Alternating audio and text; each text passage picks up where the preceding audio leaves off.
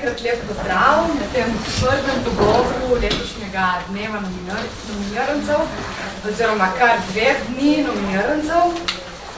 Lepo pozdravljen Nec Gazvoda, pozdravljena tudi Barbara Hink-Samobor, direktorica Mestnega gledališča Ljubljanskega, in Alen Jelen, režiser in dramaturg.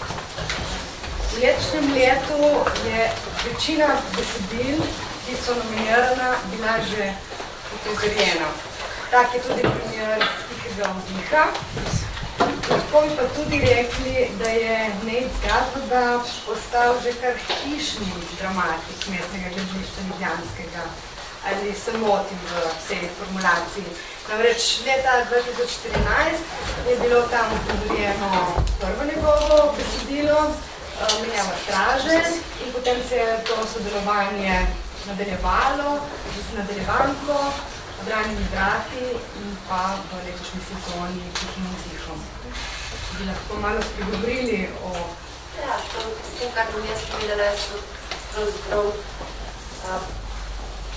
polzgodovinska dejstva že. Vsi se spomnimo, da kako velik in čez noč uspeh je doživel Gazvodov prvi film z naslovom Trip. To je bil nizkoproračunski film, posnet, če se ne motim, s telefonom, ki je obredil mnoge festivale, prejel ogromno nagrad, tako igralskih kot režijskih in scenarističnih. In seveda smo bili vsi, ki se zanimamo za umetnost mladih ljudi, s tem spodbujeni v tem večji fokus na njega. Jaz sem tudi vedela, da piše. Potem sem se pa nekega dne napotila na predpremiero Nejčeve prve igre, imenovala se je Divjad, prve igre za gledališče v mini teatru, in sem tisto gledala in se mi je zdelo, da jaz bi rekel Andersen, da bi se spodobilo dati pobudo. In sem kar tam, takoj po aplauzu, mu rekla, bi vi za nas, se pravi za gledališče, ki ga trenutno jaz vodim, kaj napisali. In je rekel, bom, a imam čisto proste roke, in sem rekla, kar imejte proste roke, sej mala scena ne bi bila tem bolj prostor svobode. Nastala je Menjava straže, ki je po svojih vzorcih enako kot Divjad in Trip, in pa je še v drug film, ki si ga vmes posnel tako, nosila neke osnovne, stalne značilnosti, ki so verjetno tudi kvalitete Gazvodovega pisanja. To se pravi ta velika empatija, ki ni kič, dar za zelo široko opazovanje, občutek za ogromno generacij, pa če tudi istočasno tudi zaznamovanost z lastno generacijo, govorimo o nekih pozitivnih zaznamovanosti, pa neka apolitičnost, ki pa seveda politična v izboru tem, ki si jih zbira. To se pravi, to so neki teksti, ki se odrekajo deklarativnemu, ki pa pravzaprav upravljajo oziroma obravnavajo stvari, ki so posledica vsaj naše notranje politike, če ne tudi zunanje. Tako da v Menjavi straže je glavno vlogo igral pokojni Gašper Tič. Če bi te smrti ne bilo, bi Menjavo straže še vedno igrali, ker je bila uspešnica. Tudi to je razveseljiv podatek za vse nas, ki nas skrbi prihodnost slovenske dramatike, ki naj bo čim bolj igrana, uprizarjena in tudi videna, ne samo skulpco narejeno. Potem smo se odločili ustanoviti ta žanr za gledališče, to se pravi nadaljevanko, notabene kriminalno, in kdo bi bil bolj primeren za prvega scenarista kot nekdo, ki ima v bistvu tako veliko enega znanja in izkušenj, pisanje, filmska režija, nekaj malega tudi dramske režije in dramskega pisanja, tako da tisto je bilo zelo posrečeno in zelo študiozno z Gazvodove smeri. Ena od njegovih lastnosti je tudi ta, da popolnoma izklopi in da se res zelo strastno posveti tistemu, kar piše. Zdaj, da ne bom predolgo sama govorila, tale igra, katere pač približno tretjino ste poslušali, ta igra je tudi nastala na vabilo, zdaj takrat nismo še uporabljali besede rezidenca, ampak to je bila rezidenca v pravem pomenu besede, ker je Gazvoda aktivno sodeloval s eno od naših dramaturginj in je tudi verzij tega teksta bilo kar veliko. Moja vloga tu je bila manjša, dvojec je bil močnejši v tem sodelovanju z in pa še ena novost, o kateri bomo pa verjetno Nec govoril, en novom zelo zanimiv, on se je želel med nastajanjem z vnaprej rezervirano majhno ekipo igralcev dobiti. In to tako, da so na nek način intervenirali v besedilo. Ne kaj sem si jaz že nekdaj želel igrati, ampak te triggerji, ki so povezani z našim. Zdaj bom nehala. Vidite, da je teh avtorjev, ki so trenutno zanimivi, kar še nekaj, ampak na vsak način začelo se je nekaj, vsem v pritoževanju na vkljub, ki naj kar ustane, zato da generira, ampak začelo se je nekaj v Sloveniji, kar je silno dobro in recimo mi z gospod Kreft, ko že dolgo počneva umetniško vodenje, veva, da so bili zlati časi prizarjanja slovenskih besedil, potem mučna tišina in molk in nujno zlo in zdaj se kar dobro osvetli in kar nekaj je ljudi, ki znajo pisati. Seveda jaz za enega od princev tega žanra ne ga štejem, zato če ne tukaj bili. Tako da moči, to je to.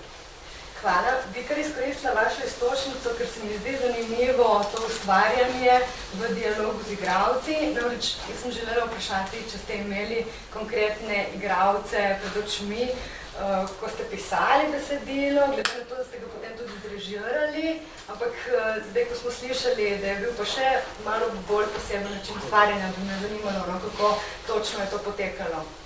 Najprej, pred sem povedal, ko imamo v MGL-ju kontrolno vajo, ker je Barbara recimo prvič vidi predstavo in potem ona igralca pove nekaj stvari in potem ona gre in ona začnejo spraševati, no, potem se vedno kaj neandertalec po njej počutim, sploh ne moram elokventno naslediti tega, tako da imam tak, da bi bilo rečem jaz levo, ti levo, on desno, tako da zmeri je to ena posebna izkušnja, ko ona v bistvu osvetli neko problematiko oziroma to, kar si zdaj povedala. No, se pa zdaj navežem na to, kar ste rekla. Jaz sem zelo že kar malo obseden z Michaelom Leeom, z njegovim načinom dela, z njegovim načinom ustvarjanja besedila skozi improvizacije in skozi igralce, ki pa ni to, kar se mogoče včasih pri nas zdi, da se sicer dela veliko, ko v bistvu iz nekih privatizmov oziroma iz enih konkretnih dejanj, nekih ali družbenih ali nekih žurnalističnih, nekaj zdaj potem nastaja. To je nekaj drugega. Ne daleč od tega Mondredenega, daleč od tega karkoli, ampak nekaj drugega. Njegove improvizacije so zelo posebne, ker potekajo skoraj celo leto, ali pa celo še več, in se gradi svet vsa zvezna teh karakterjev, ki jih on naredi od začetka do konca, torej od rojstva pa do tistega trenutka, ko oni vstopijo v film in potem skupaj ustvarjajo te situacije. In se nekaj podobnega, v imam ženo, da je to pri nas teže, tudi Michael Lee je unikat, zaradi tega, ker je njemu to na nek način, pa zaradi vseh njegovih referenc, kar je naredil omogočeno, ampak nek prvi mali korak v to smeri bil pred Tihom vdihom narejen, ker sem jaz napisal neko verzijo, ki so jo z Evo, pa potem še Barbara, ki so jih povedala, recimo malo dodelali, in potem so oni prebrali. V enem trenutku sem jih pa zabral na kup, so jo prebrali, in potem sem si videl, ok, to funkcionira, to mogoče ne, to dela, to ne, in sem jo potem v bistvu še v nekih mesecih izpilil, da je prišla do naslednje verzije. Preden vmes še med pisanjem sem se pa z vsakim dobil samo zato, da sem malo začutil, kaj jih v tistem trenutku v življenju ali navdušuje pa tega. In mogoče je to malo potem prišlo. Ni pa to nastalo v tem, da smo rekel, da delite prizorstvo, mi smo nekaj kar naredili, da sem to zapisal. Ni to ta način. Danes uprizoritev brana sicer, ampak vendarle v nekem interpretativnem smislu je naredila en odmik od te verzije uprizoritve, ki ste vi režirali v smislu, da je bila Tamara, se pravi najmlajša, ki tudi se spominja za nazaj, kaj je bilo uprizorjena kot starejša. Se pravi, neka ta starost, dobro, seveda je brana uprizoritev in tukaj se lahko ne skladajo točno starosti, ampak vendarle, a ste kdaj pomislili, da bi mogoče tudi na tak način se lahko prizorilo? Ja, absolutno. Mislim, to bi po mojem tudi funkcioniralo. Čisto normalno, ne, bi všeč recimo, ne, to je tudi Maša, ne, je to, ne. Mislim, meni je bilo to zelo, pa zelo mi je bil recimo zanimiv lik Maje, ne, ki sem ga izpeljal v eno recimo čisto drugo smer, tukaj pa sem to zelo zanimivo interpretacijo, pa tudi nasploh ni bilo. Zatem se sem snemal, ker imamo Viber skupino za igralci, še ne bom poslal to. Tako da mislim, jaz sem zelo... Jaz imam problem z uprizarjanjem mojih stvari samo, če izterijo v bistvu. Torej v tem, kar se mi zdi, da nekaj je, da se iz tega ne da narediti ene ekshibicije, ampak da mora biti z nekim občutkom narejeno. Ker je to bilo, ta vravno uprizoritev, vse ostalo je popolnoma odprto s tistim, kar se mene tiče. Da bi zdaj rekel, da je to nekaj z tega nikoli režiral, pa bi kot avtor to dam. Tako da mi je to, ja, zanimivo je spoštovano. Bi na tej točki besedi ponudila še Alina Jelena, kot režiserja in tudi dramaturga. Besedilo Tih vdih je eno izmed besedil, lahko bi rekla, da se v zadnjem času mogoče v večji meri pojavljajo besedila, ki obravnavajo družino, ampak skozi družino spregovarjajo tudi o seveda vidikih, problemih današnjega sveta. Se mogoče motim ali približujem nekaj pesem. Mislim, da je to res. Meni je všeč, da je Nejcu všeč, da dobro piše in da izpostavlja to maniero realizma, kar se mi zdi zelo dobro v teatru, da to zanima mlade ljudi, stare, rojene milenice, 80. leta, kar je za nekaj časa v našem slovenskem gledališču, pa na slovensko dramatiko, pa tudi na tem ne veljalo za nekaj manj gorenega, ali pa nekaj nepotrebnega. To je recimo en odgovor tak, ki se mi zdi, da je super, da je ta drama nastala in da nisem videl prizoritve, kar je dobro še. In me danes pravzaprav, ko sem doma bral tekst in danes, ko sem poslušal to brano prizoritve, še veliko bolj dotaknilo, kar je znak, da je to zelo dober tekst in da je to eden boljših tekstov, ki obravnava recimo neko institucionalno družino, neko družino, ki je tako happy, tako fajn v resnici sploh takšnih družin, kot jih imamo v Sloveniji ali pokrog nas ogromno. Fasciniralo me je, kako je pravzaprav znotraj likov Nejcu uspelo vzpostaviti vse družinske patologije, vse družinske vizije, vse družinske sreče, kako bi rekel posamezniku, da je to tako prepleteno in da tako fino deluje. Najbolj kruto pa mi je to, da sem pravzaprav prepoznal v Katarini, recimo, dobršen del svoje mame, recimo tudi to zgodbo očeta, tudi meni oče umrl, ne sicer za to vdovsko, če to spove, ampak za rakom, kar je tudi klasična slovenska družinska tragedija. In ta neprestani zaradi lastne nesreče družin, matere, ki vzbuja pri svojih otrocih strašno taka slabo vest. In se mi zdi, da je to tudi zgodba o slabi vesti, kako podučiti otroku, da ne gre naprej, ali pa da se zaustavi, da mu zaradi lastne nesreče daš slabo vest. Sploh na začetku tukaj je bilo res skrajšano in bilo odlično tudi to skrajšano, ker je res vse prišlo ven kot v celem dramskem besedilu, pokazala se cela beda in pa hkrati, kar je pa pri Nejcu mogoče drugače kot pri katerih drugih avtorjev, na koncu pa rehabilitira to Katarino, da Katarini vseeno to neko moč ni do konca samo mati, ki spi in zaradi tega potem tepe. To se mi zdi recimo super.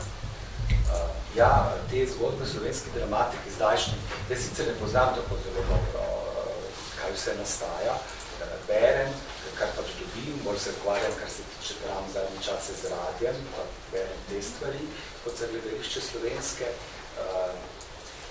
Fajn je, da se piše o teh stvarih in fajn je, da so sprejeti družini in fajn je, da se odpirajo take teme, ne samo družinske, zakaj nimaš otroka, kdaj boš imel otroka, ker to pravzaprav kaže neke druge, recimo, odpira neke druge stvari v naši družbi. Danes pravzaprav vsi živimo zelo samo življenje na nek način, da smo organi storiki, dobri in pa najdražji.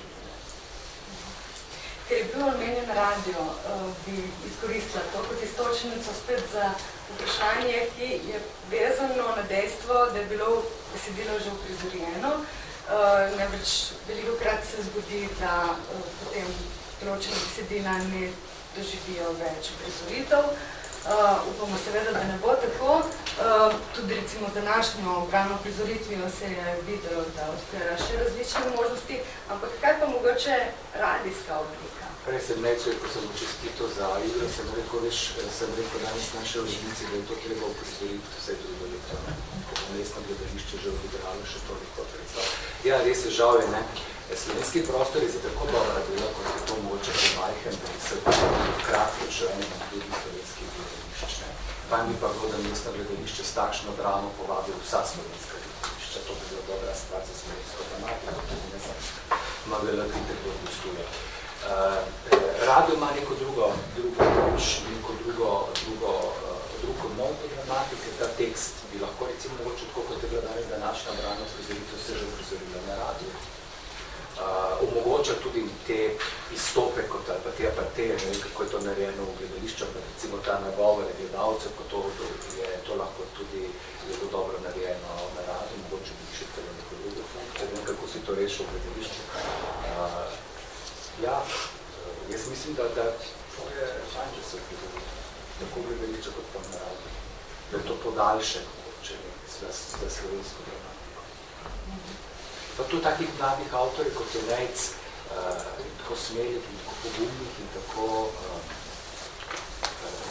na radiju se oglašajo predvsem starejši avtorji. No, mogoče za konec, ker bomo morali žal kmalu zaključiti ta pogovor, bi se malo zaustavila ravno pri teh tako poimenovanih apartejih oziroma spominjanjih, prepletanju dveh časov, ja, tudi. Ali je bilo to že od vsega začetka prisotno?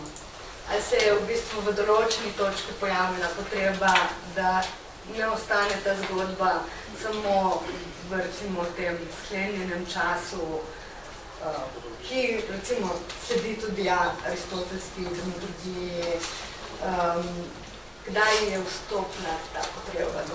Ja. Jaz mislim, torej, kot glede radija, se mi zdi, da zdaj doživlja s temi podcasti, ki so forma en razcvet, predvsem pri mladih, pa ne samo kot neka novinarska zvrsta, pa ogromno enih podcastov, ki so radijske igre, seriali, v katerih malo sneme, tako da se mi zdi, da je to zelo zanimiva stvar, zdaj je super, da tudi težko. Ja, ni popularno, glede tega časa je bilo pa tako, da je bilo to že od začetka mišljeno, zaradi tega, ker se mi zdi to ena bolj fascinantnih stvari, ki jo lahko naredimo, če pa ne, ali pa kjerkoli, v bistvu, v tem, da Jaz mislim, da moraš s tem, kar delati na nek način, premarkovati sebe kot človeka in svoje omejitve, ali naj bodo to mentalne, naj bodo to čist fizične, ali naj bodo to omejitve celotnega človeštva. Se to nesiš prekoncirozno, nisem mislil kot neki, da narediš neki, ne vem kaj, ampak da v bistvu probaš ravno to kot sam Bog človek, besnat in utrujen in depresiven in ne vem kaj vse, probaš v umetnosti tudi pa premagati in čas, in smrtnost, in spomine prikazati na nek tak način, kakor jih drugače se mogoče sam ne spominjaš. In zaradi tega je to že ta malo od začetka tako mišljeno. Na ta način ne. Zdaj naš bil mi to drugače, sem režijsko v bistvu čist. Naredil sem tudi neka glasba, preden ona v bistvu govori občinstvo. In ker imam rad to, da se v bistvu, če imam dva elementa, da jih zelo prepletem. Če bi kot drugač tako začel si kako živel v prizoriti, to super. Me pa veseli to neko splošno opažanje, da se mogoče realizem malo neko zvrača. Ja, ampak taki žlahtni. Ja, to po mojem najmanj mislim ni politično, čist. Vsaj do neke mere zaradi tega, ker se mi zdi, da to je temelj, ki je tako temeljen, da ne sme izginiti, ker bomo drugače mi kot družba izginili, če da sem bomo meni portretiral tudi taki, kakšno smo. Verjetno je malo razlike med filmom pa med gledališčem v realizmu, ampak neke druge stvari še ponujajo gledališče zraven tega, ker se mi zdi, da tvoj tekst ponujajo. Verjetno so igralci mogli uživati ko mali pujski na Cerski. Ja. Tako da to, ker se danes tudi zdi tako čukali po... In to je to, kar je, to je tekst za igralce, ne? Ja, sem jaz bi, Ana, če dovolite, jaz bi vendarle na tole realizem, ne? Meni se zdi, da je ta pač ponovni realizem, ne, je nekaj zelo naravna posledica vrhov performativnega. Ker v bistvu se realistično in privatno si spet podasta rokere. S tem, da so recimo te aparteli od punce, ne, so en tak zelo flink ročaj, da se lahko zavihtimo iz enega načina uprizarjanja od drugega. Ker drugače bi, ko boste šli gledali, ko boš ti gledali, drugače bi recimo zaprto v to neko dogovorjeno škatlo, nek realizem kaj hitro sitcomovsko deloval. In da je treba gledalcu dati mini potujitu, zato da sam uredi zadeve. In tudi mislim, da so v teh potujitvah, ko ima punca monologe, zdaj bodi si, da štarta na 40, kot je danes bilo zvesno, ali pa tako, da štarta na 19, kot je v pravi izvedbi, ta v bistvu v tem času, ko punca prevrtela kaseto, metaforično rečeno, lahko tudi gledalec, recimo tej Katalini, kot najbolj spornemu liku, ali zdaj ona sam zoprna, najbolj tragična, bla, bla, bla, bla, bla, a muči Marjana zato, ker ga ima najbolj rada in vse te možnosti, ne. To lahko v bistvu imaš kot gledalec več liberalnega prostora, da se sam sprot odločaš, ne pol, ne. To se mi zdi, da je dosti clever, narejeno. Ja. Jaz tudi mislim, da je en tak trenutek, ki v bistvu dopusti en vdih na nek način in mogoče dejansko tudi vsem tem likom dan še eno dodatno možnost, da jih svoje razvrščaš. Dobro, najlepša hvala. Nadaljujemo z naslednjim besedilom.